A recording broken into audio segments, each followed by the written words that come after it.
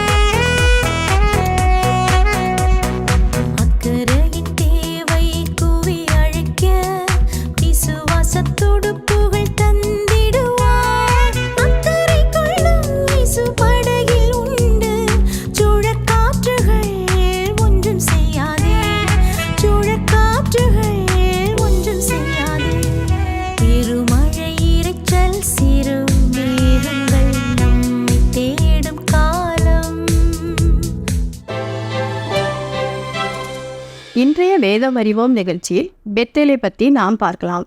Bethel என்பது தேவனுடைய வீடு என்று பொருள்படும். இது வேதாகமத்தில் சுமார் 61 முறை காணப்படுகிறது. இந்த நகரம் ஆயிக்கு மேற்கே அமைந்திருக்கும் நகரமாகும். இது எருசலேமில் இருந்து 12 மைல் தெற்கே அமைந்துள்ளது. ஆபிரகாம் தன்னுடைய சொந்த ஊரை விட்டு தேவன் வழிநடத்திய பெத்தேலுக்கு அருகே யெகோவாவுக்கு ஒரு பலிபீடத்தை கட்டினான். பல ஆண்டுகள் இங்கு தங்கியிருந்ததாக காணப்படுகிறது. யோசுவா இந்த தேசத்தை பென்யமீனருக்கு பிரித்து கொடுத்ததை பின்னர் எப்பிராயிமியர் கைப்பற்றினதாகவும் காணப்படுகிறது.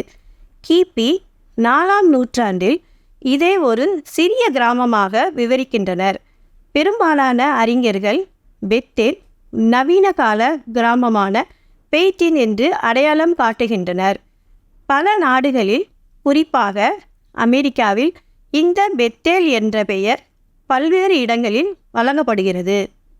தேவன் ஆபிரகாமுக்கு வாக்குத்தத்தம் கொடுத்த தேசமாக காணப்படுகிறது.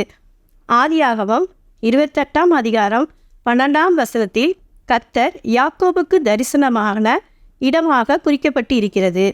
கானானியர்கள் இங்கு வாழ்ந்து வந்ததினால் லூஸ் என்று பெயரிட்டார்கள். லூஸ் என்பதற்கு வாதுமை என்று அர்த்தமாம்.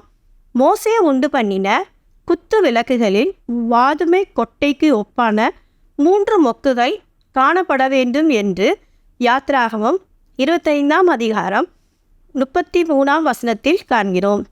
சிறையிருப்பில் இருந்து எருசலேமுக்கு யூதாவில் உள்ள தங்கள் பட்டணங்களில் வந்தவர்களில் இங்கு பெத்தேல், ஆயி என்பவர்கள் இங்கு தங்கியிருந்ததாக காணப்படுகிறது.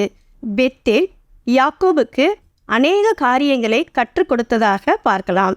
யாக்கோபு தேவன் தனக்கு என்ன திட்டங்களை வைத்திருக்கிறார் என்று எண்ணாமல் தன்னுடைய சுய புத்தியை சார்ந்து பல தந்திரமான வழிகளை யோசித்து கொண்டிருந்தான். இப்பொழுது தேவனால் ஆயத்தமாக்கப்பட்டு இருக்கிற ஆசீர்வாதங்களை குறித்த வெளிப்பாடு இந்த பெத்தேலில் கிடைக்கிறது. தனக்காக ஒரு தேவன் இருக்கிறார், கரிசனையான காரியங்களை செய்ய விரும்புகிறார் என்று அறிந்து கொண்டான். வானத்தை நோக்கி பார்க்கவும் படியான அனுபவத்தை பெற்றுக்கொண்டான் என்று ஆதியாகமம் 28ஆம் அதிகாரம் 11ஆம் வசனம் முதல் 15ஆம் வசனங்களில் குறிப்பிட்டிருக்கிறது. புதிய நம்பிக்கையை தேவன் யாக்கோபுக்கு கொடுத்திருக்கிறார். தேவன் தனக்கு உண்டு பண்ணி வைத்திருக்கிற நன்மை எவ்வளவு பெரியதென்பதை உணர்ந்து கொண்டான். நாமும் தேவன் நமக்காக தேவனுடைய வீட்டிலே ஆயத்தமாக்கி வைத்திருக்கிற நித்தியமான ஆசீர்வாதங்களை குறித்து நாம் அறிந்து கொள்ள வேண்டும். தேவன் கொடுக்கிற நம்பிக்கையிலே உறுதியாய் இருக்க வேண்டும். பூமியை பார்த்து கொண்டு இருக்காமல் பரலோகத்தை நோக்கி பார்க்கும்போது கர்த்தர் நமக்காக வைத்திருக்கிற பல பல ஆசீர்வாதங்களை கண்டு கொள்ள முடியும். தேவனுடைய தரிசனத்திற்கு ஏற்ப நம்முடைய வாழ்க்கையை வாழ முயற்சிப்போம். யாக்கோபு தான் தனிமையாக இருக்கிறேன் என்று நினைத்தபோது தேவன் தன்னை அவனுக்கு பெத்தேலிலே வெளிப்படுத்தி, நான் உன்னோடு இருக்கிறேன் என்று கூறினார். கர்த்தர் நம்மோடு இருக்கிறார் என்பதை நாமும் உணர்ந்து கொள்ளுவோம். தேவனுடைய நன்மைகளை கண்டு கொள்ளும் அனுபவம், தேவனுடைய வாக்குத்தத்தங்களை கர்த்தரால் பெற்றுக்கொண்ட அனுபவம் மற்றும் பரலோக தேவனை நோக்கி பார்க்கும் அனுபவம் போன்ற பெத்தேல் அனுபவத்தை கர்த்தர் தாமே நம் ஒவ்வொருவருக்கும் தருவாராக. பிரியமானவர்களே, நான் டாக்டர் டெனிசா டேவிட்சன். நான் ஒரு சைக்கியாட்ரிஸ்ட், அதாவது மனநிலை மருத்துவர். போன வாரம் நம்ம சைக்கோசிஸ் பற்றி பார்த்தோம். பெண்களுக்கு வர்ற சைக்கோசிஸ், போஸ்ட்மார்ட்டம், பெரிநேட்டல் சைக்கோசிஸ், அதையும் பார்த்தோம். இன்றைக்கி நம்ம என்ன பார்க்க போகிறோன்னா, செக்ஷுவல் ஹார்ம், பாலியல் பாதிப்பு, அது பார்க்க போகிறோம். இப்போது பாலியல் பாதிப்பு, செக்ஷுவல் ஹார்ம் அப்படின்னு சொல்லும்போது அது நம்ம நினைக்கிறதோட ரொம்ப அதிகமாக காமனாக இருக்குது. இது ஆண்களையும் பாதிக்கலாம், பெண்களையும் பாதிக்கலாம். இதில் பர்பட்ரேட்டர்ஸ் முக்கால்வாசி விக்டிம்க்கு தெரிஞ்சவங்களாக இருப்பாங்க. அதாவது குடும்பங்களுக்குள்ளே இருக்கலாம், இல்லைன்னா ஸ்கூல்ஸில் இருக்கலாம், இல்லைன்னா வேலை செய்கிற இடத்துல இருக்கலாம், இல்லைன்னா ஃப்ரெண்ட்ஸ் கம்யூனிட்டிஸ் அதில் இருக்கலாம்.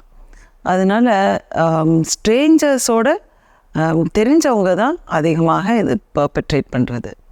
அப்படின்னா நம்மளுக்கு அது டைரெக்டாக ப்ராக்டிக்கலாக அது என்ன அதுக்கு அர்த்தம் அப்படின்னா, உங்கள் குழந்தையோ இல்லைன்னா நீங்களோ எந்த இடத்துலையும் யாரு கூடயும் அன்கம்ஃபர்டபுளாக ஃபீல் பண்ணுறீங்க அப்படின்னா அதிலேருந்து நீங்கள் கவனமாக இருங்க, ஒதுங்கிருங்க. உங்கள் குழந்தைங்கள் இங்கே நான் போக மாட்டேன், இங்கே எனக்கு பிடிக்காது அப்படின்னு எதுவும் சொல்கிறாங்க, அதில் ரொம்ப ரெசிஸ்ட் பண்ணுறாங்க யாரையும் பார்க்குறதுக்கோ பேசுகிறதுக்கோ அப்படின்னா அந்த குழந்தைக்கு வேறு எதுவும் பாதிப்பு இருக்குதாங்கிறது நீங்கள் தனியாக அந்த குழந்தைய கூட உட்காந்து பேசி கண்டுபிடிங்க. இது எந்த ஏஜ் குரூப்பையும் அஃபெக்ட் பண்ணலாம். பிறந்து சின்ன குழந்தைங்கள்லேருந்து வயசான முதியோர் வர இதனால் பாதிக்கப்படுறதுக்கு வாய்ப்பு இருக்குது. சின்ன குழந்தைங்கள் பாதிக்கப்படும் போது அவங்களுக்கு பின்னால் வர அதோடைய இஃபெக்ட்ஸ் இருக்கும்.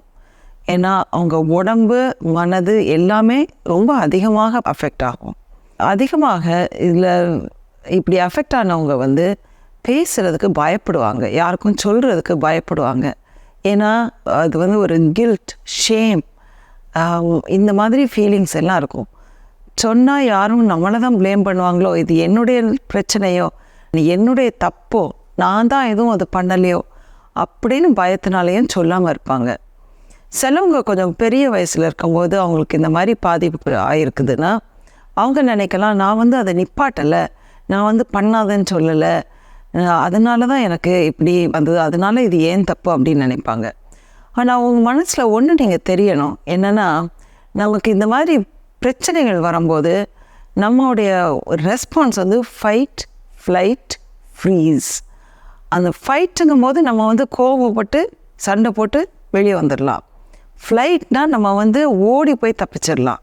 ஃப்ரீஸுங்கிறப்போ நம்ம மூளையில் அது மூளை சொல்லுது, நீ சண்டை போட்டு தப்பிக்க முடியாது, நீ ஓடி போய் தப்பிக்க முடியாது, அதனால் உன்னையால் ஒன்றுமே செய்யாமல் கல் மாதிரி ஃப்ரீஸ் ஆயிரும் உன் உடம்பு அப்படின்ட்டு நம்ம மூளை வந்து நம்ம உடம்புக்கு சொல்லுது.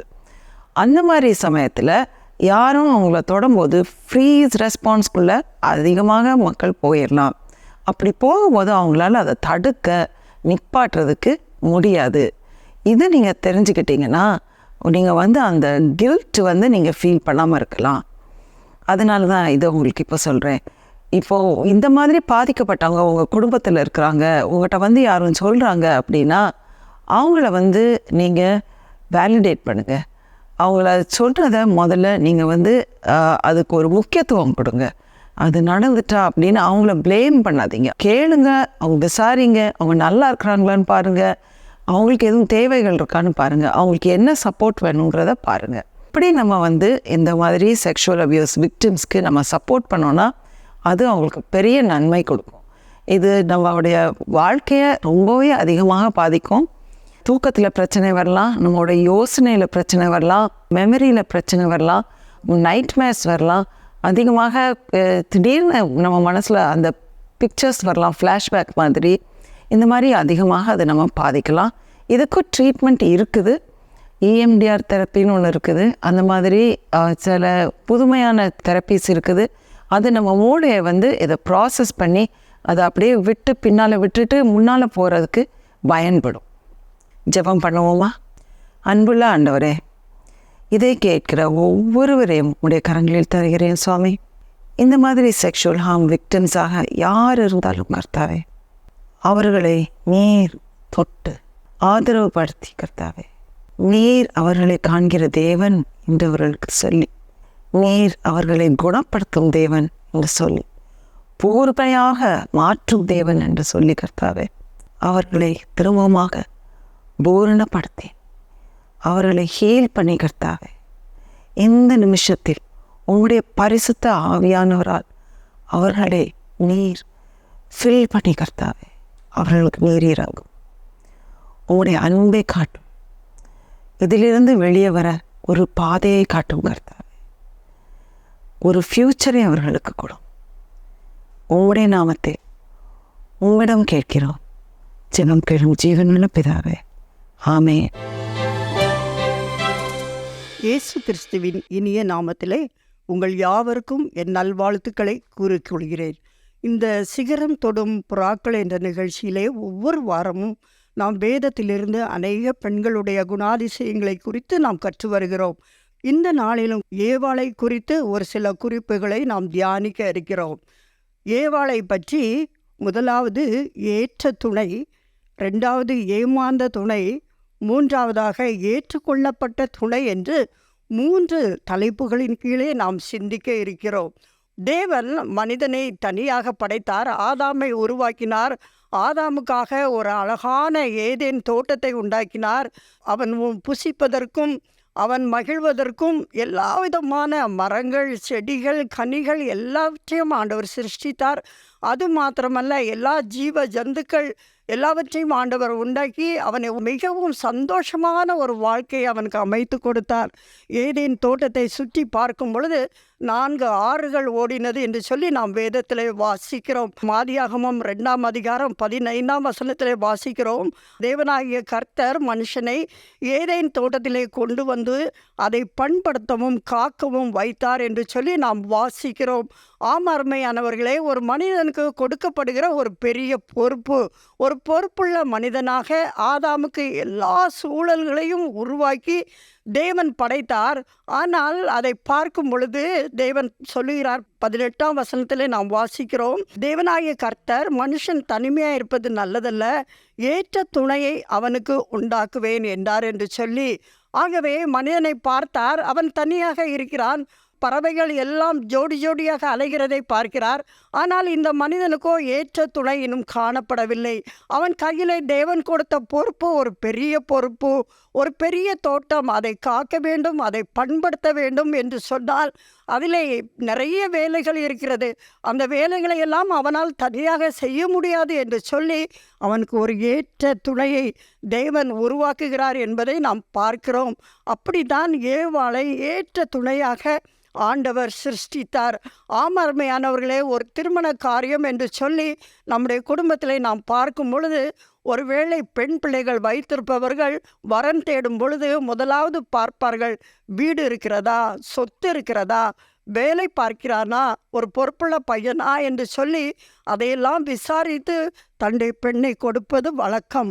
கர்த்தர் ஆதாமை எல்லா விதமான சூழலையும் கொடுத்து ஒரு பொறுப்புள்ள மனிதனாக அந்த தோட்டத்தில் வைத்து அவனுக்கு ஒரு ஏற்ற துணையை, அந்த பொறுப்புள்ள வேலைக்கு துணையாக இருக்கத்தக்கதாக ஒரு துணையை தான் ஏவலாக ஆண்டவர் படைக்கிறார். இன்றைக்கும் கூட நாம் நம்முடைய குடும்பத்திலே நாம் துணையாக ஒவ்வொரு குடும்பத்திலையும் நாம் இருக்கிறோம். நாம் உண்மையிலே ஏற்ற துணையாக இருக்கிறோமா? ஏவாளுடைய வாழ்க்கையிலே பார்த்தால் மிகவும் அவள் ஆசீர்வதிக்கப்பட்டவள் என்று சொல்லி நாம் பார்க்கலாம். எந்த குறைவும் இல்லை, சாப்பிடுவதற்கு எதுவும் பற்றாக்குறை இல்லை, செழிப்பான இடம், ஒரு நல்ல வேலை பார்க்கக்கூடிய சுறுசுறுப்பான ஒரு கணவன். பொதுவாக பெண்கள் எதிர்பார்ப்பது தன்னுடைய கணவன் நல்ல பொறுப்பாக வேலை செய்கிற கணவனாக இருந்தால் பெண்களுக்கு ரொம்ப பிடிக்கும்.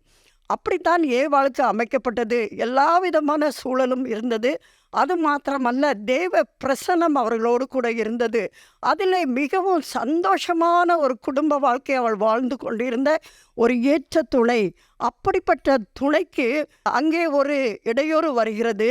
அந்த ஏற்ற துணை தான் தனக்கு கிடைத்த அந்த வாழ்க்கையிலும் கூட அவள் தன்னுடைய பொறுப்பிலே கொஞ்சம் கவலையிலமாக இருக்கிற இந்த நிலைமை போதாது என்று சொல்லி அதிகமாக ஆசைப்படுகிறதை நாம் பார்க்கிறோம். பாருங்க, ஏற்ற துணை என்று சொல்லும் பொழுது ஒரு குடும்பத்துக்குள்ளே போகும் பொழுது அநேக குறைவுகள் இருக்கலாம், நிறைவுகள் இருக்கலாம், நாம் எதிர்பார்த்தபடி சில காரியங்கள் நமக்கு கிடைக்காமல் இருக்கலாம். ஆனால் தேவன் ஏற்ற நேரத்தில் அதனதன் காலத்திலே அவர் எல்லாவற்றையும் செய்ய வல்லவராக இருக்கிறார்.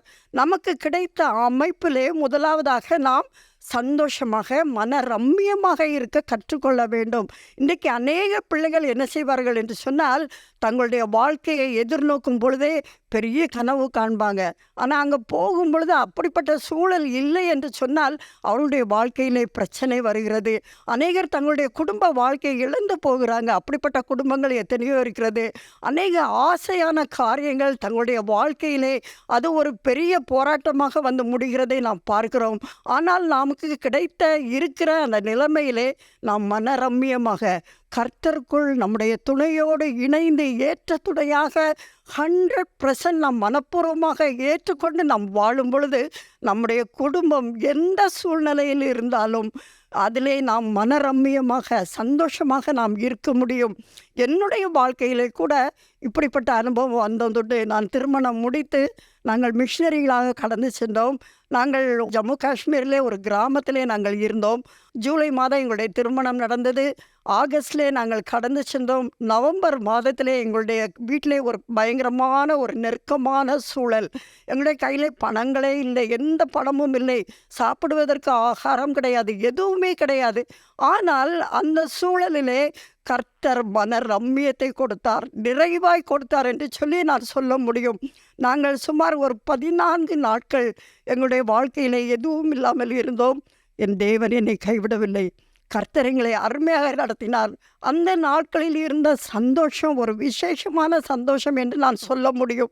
அருமையானவர்களே, ஒவ்வொருவருடைய குடும்ப வாழ்க்கையிலும் நாம் ஏற்ற துணையாக இருக்கும் பொழுது நமக்கு கிடைத்த வாழ்க்கையிலே மன ரம்மியமாக 100% மனப்பூர்வமாக இது எனக்கு ஏற்ற துணை, இந்த வாழ்க்கை எனக்கு தேவன் கொடுத்த வாழ்க்கை என்று சொல்லி நாம் சந்தோஷமாக மனப்பூர்வமாக வாழும் பொழுது நம்முடைய குடும்பம் இனிமையாக அருமையாக சந்தோஷமாக எல்லா சூழ்நிலையிலும் நாம் சந்தோஷமாக மகிழ்ச்சியாக இருக்க முடியும்.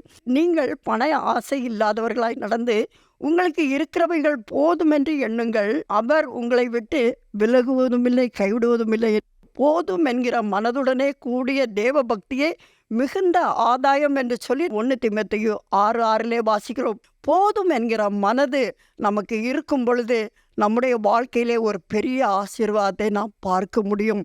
அதே போல இந்த ஏவாளுடைய வாழ்க்கையிலும் இவ்வளோ பெரிய சிறப்பான ஒரு அமைப்பு, சிறப்பான ஒரு தோட்டம், எல்லா விதமும் எல்லா காரியங்களும் நிறைவாக இருந்த போதிலும் கூட அவள் இல்லாத ஒன்றை நோக்கி, இதைவிட ஒரு பெரிய காரியத்தை நோக்கி அவளுடைய மனம் ஈர்க்கப்படுகிறதை நாம் பார்க்கிறோம். நீங்கள் இணைந்த ஆத்மாக்களாய் ஒன்றையே நீங்கள் சிந்தித்து கொண்டு இருக்கும் பொழுது நம்முடைய வாழ்க்கை மிகவும் ஆசீர்வாதமாக இருக்க முடியும். அவர் உங்களை ஏற்ற நேரத்தில் உயர்த்தும்படிக்கு அவருடைய பலத்த கரத்துக்குள்ளே அடங்கியிருங்கள் என்று சொல்லி வசனம் சொல்லுகிறது. இன்றைக்கும் கூட ஒருவேளை வாழ்க்கையிலே ஒவ்வொரு பிரச்சனைகள் வரும் பொழுது நாம் ஆண்டவரை நோக்கி பார்க்கும் பொழுது கர்த்தர் நம்மை அற்புதமாக நடத்த முடியும். அவர் எந்த விதத்திலையும் நம்மை கைவிடுகிற தேவன் அல்ல. ஏற்ற நேரத்தில் அவர் என்ன செய்வார்? ஏற்ற ஒத்தாசைகளை நமக்கு தருவார் என்று சொல்லி நாம் நம்பிக்கையோடு அவரோடு கூட இருக்கும் பொழுது அவர் நம்மை நடத்துவார். ஆகையினாலே ஏவாளை போல நம்முடைய வாழ்க்கை பல பக்கமாக போகாதபடி நாம் நமக்கு கிடைத்த வாழ்க்கையிலே, குடும்ப வாழ்க்கையிலே ஆண்டவர் எனக்கு இந்த வாழ்க்கையை தந்திருக்கிறார், என்னை நடத்துவார் என்று சொல்லி எல்லா காரியத்திலும் நாம் மன ரம்மியமாக இருக்கும் பொழுது அது சந்தோஷமாக மகிழ்ச்சியாக உங்களுடைய குடும்ப வாழ்க்கையை இனிமையாக நீங்கள் நடந்து செல்ல முடியும். ஆனால் பண ஆசை வரும் என்றால் இன்னைக்கு அநேகர் என்ன செய்கிறாங்க தெரியுமா? கணவனுக்கு தெரியாமல் ஆசையினாலே இழுப்புண்டு அவர்கள் தானாகவே செயல்படுகிறதை நாம் பார்க்க முடியும். அநேகர் என்ன செய்கிறாங்க? சிட் ஃபண்ட் என்று சொல்லி போய்விடுவார்கள். கணவருக்கு தெரியாமல் எதையாவது நாம் சேமித்து விடலாமே, எதையாவது நாம் செய்து விடலாமே என்று சொல்லி ஆசையினால் இழுக்கப்பட்டவர்களாக அவர்கள் அலையும் பொழுது ஏமாற்றப்படுகிறார்கள். நம்முடைய வாழ்க்கையிலே நாம் முதலாவது என்ன செய்ய வேண்டும்? நமக்கு கிடைத்த கணவன் அவருடைய பொறுப்பு, அதுக்கு நாம் உறுதுணையாக இருக்கிறோமா? எல்லா சூழ்நிலையிலும் நாம் உறுதுணையாக இருக்கும் பொழுது நம்முடைய வாழ்க்கையிலே ஒரு பெருத்த ஆசீர்வாதம். என்னுடைய வாழ்க்கையிலே ஒரு நாள் எனக்கு பசியோடு நான் இறங்கி வருகிறேன். என்ன சமைப்பது என்று தெரியவில்லை. மண்ணெண்ணெய் இல்லை ஸ்டவ்வில். ஆனால் வீட்டில் இருந்த ஆகாரத்தை ஏதாவது பருப்பு ஏதாவது அவிக்கணும்னு சொன்னால் மண்ணெண்ணெய் வேணும், மண்ணெண்ணையும் இல்லை. ஆனால் கணவன்கிட்ட போய் கேட்க முடியாது, காசும் இல்லை. கர்த்தர் என்னுடைய உள்ளத்திலே ஒரு சமாதானத்தை கொடுத்தார். என் தேவன் அழைத்த தேவன், அவர் கைவிடுகிற தேவன் அல்ல. நான் எதுவுமே செய்யவில்லை, அப்படியே எடுத்தேன், விசுவாசத்தோடு ஜெபித்தேன். ஆண்டவரே நீர் ஒரு அற்புதம் செய்யும் என்று சொல்லி அவர் அற்புதத்தை செய்தார். எல்லாவற்றையும் வைத்து குக்கரை வைத்து ஸ்டவ் ஆன் பண்ண கர்த்தர் அருமையாக எரிய செய்தார்.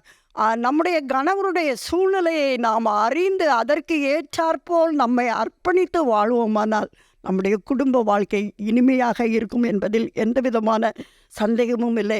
கர்த்தர் தாமே இன்றைக்கு உங்களுடைய வாழ்க்கையிலும் கொடுத்த உங்களுடைய குடும்ப வாழ்க்கையிலே கர்த்தர் ஏற்ற துணையாக யாரை கொடுத்திருக்கிறாரோ அந்த வாழ்க்கையிலே நீங்கள் இனிமையாக அருமையாக நீங்கள் கர்த்தருக்குள்ளாக வாழ்க்கை நடத்துவீர்களானால் உங்களுடைய வாழ்க்கையிலும் சந்தோஷமும் மகிழ்ச்சியும் பெருகும்படி ஆண்டவர் செய்வார். கர்த்தர் தாமே இந்த வசனத்தை ஆசீர்வதிப்பாராக. எங்களை நேசிக்கிற எங்கள் அன்பின் நல்ல தகப்பனே, இந்த அருமையான நல்ல நேரத்துக்காக உமக்கு நன்றி செலுத்துகிறோம். கேட்ட சத்தியத்துக்காக உம்மை துதிக்கிறோம் சுவாமி. ஆண்டவரே, நீர் ஏவாளை ஏற்ற துணையாக ஆதாமுக்கு படைத்தீர் ஆண்டவரே.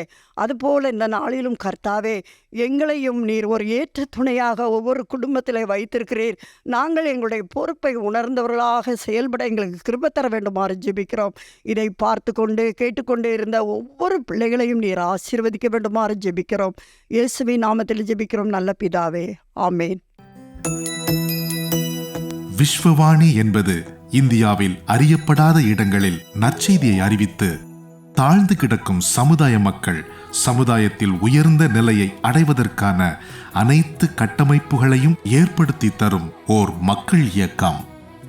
குடி, விபச்சாரம் என மனிதர்களை அழித்தொழிக்கும் பாவங்களிலிருந்து அவர்கள் நிலையான விடுதலையை பெற்றுக்கொள்வதற்கான வழிமுறைகளை அறிவித்து கல்வி அறிவு புகட்டி கைத்தொழில்களை கற்பித்து சமுதாயத்தின் சக மனிதர்களைப் போல அவர்களும் தலை நிமிர்ந்து வாழ வழி செய்யும் ஓர் அன்பின் ஐக்கியம்.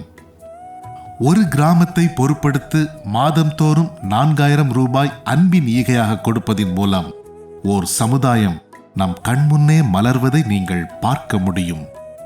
அவர்கள் ஆராதிக்கவும் தங்கள் சமுதாய மறுமலர்ச்சிக்கான திட்டங்களை தீட்டவும் ஓர் ஆராதனை கூடத்தை ஏற்படுத்தி தருவதற்கு எங்களை நீங்கள் தொடர்பு கொள்ளலாம். சிறுவர்களுக்கான கல்வி செலவை ஒவ்வொரு மாதமும் ரூபாய் 1500 கொடுப்பதின் மூலம் பொறுப்பெடுக்கலாம். இந்திய தேசத்தின் வலிமையான கிராமங்களை உருவாக்க, அடிமைத்தனங்கள் இல்லாத சமுதாயத்தை கட்டமைக்க, அன்பின் இதயங்களாக நாம் ஒன்று சேர்ந்து உழைப்போம். ஆண்டவர் உங்களை ஆசீர்வதிக்கட்டும். கூடுதல் தகவல்களுக்கும் அன்பின் தொடர்புகளுக்கும் நீங்கள் தொடர்பு கொள்ள வேண்டிய தொலைபேசி எண்கள் திரையில் காண்பிக்கப்படுகின்றன. உங்கள் அன்பின் ஈகைகளை ஆன்லைன் பரிவர்த்தனை மூலம் செலுத்த வங்கி கணக்கு எண்களும் கீழே தரப்படுகின்றன. பிரத்யேகமாக தரப்பட்டிருக்கும் QR கோடையும் நீங்கள் ஸ்கேன் பண்ணிக் கொள்ளலாம். உங்கள் ஜெபங்களாலும் ஈகைகளாலும் இந்தியாவை ஆசீர்வதிக்கும் உங்களை ஆண்டவர் அளவில்லாமல் ஆசீர்வதிப்பாராக. கிறிஸ்தவுக்குள் பிரியமானவர்களே, இந்த நிகழ்ச்சி உங்களுக்கு ஆசீர்வாதமாக இருந்திருக்கும் என்று சொல்லி நம்புகிறோம். நீங்கள் பெற்ற ஆசீர்வாதங்களையும் உங்கள் ஜெப தேவைகளையும் திரையில் காணும் எண்கள் மூலம் எங்களுக்கு தெரியப்படுத்துங்கள். கர்த்தரின் ஆசீர்வாதம் உங்கள் அனைவரோடும் இருப்பதாக.